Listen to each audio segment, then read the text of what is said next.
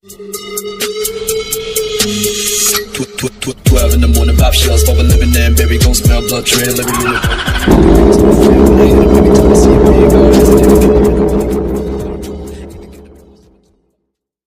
Hello guys and welcome to my YouTube channel red jstar में guys. और जैसा कि आपको पता है कि इस वीडियो में स्प्लेंडर मॉडिफाइड करने वाला हूँ। हाँ दोस्तों, स्प्लेंडर जो कि मेरे पापा की 13 साल पुरानी बाइक है, जिसमें इंजन का काम और आ रखा था और बाइक की जो हालत है काफी ज्यादा खराब थी। सो इसमें मैंने सोचा कि क्यों ना इसे मॉडिफाई किया जाए।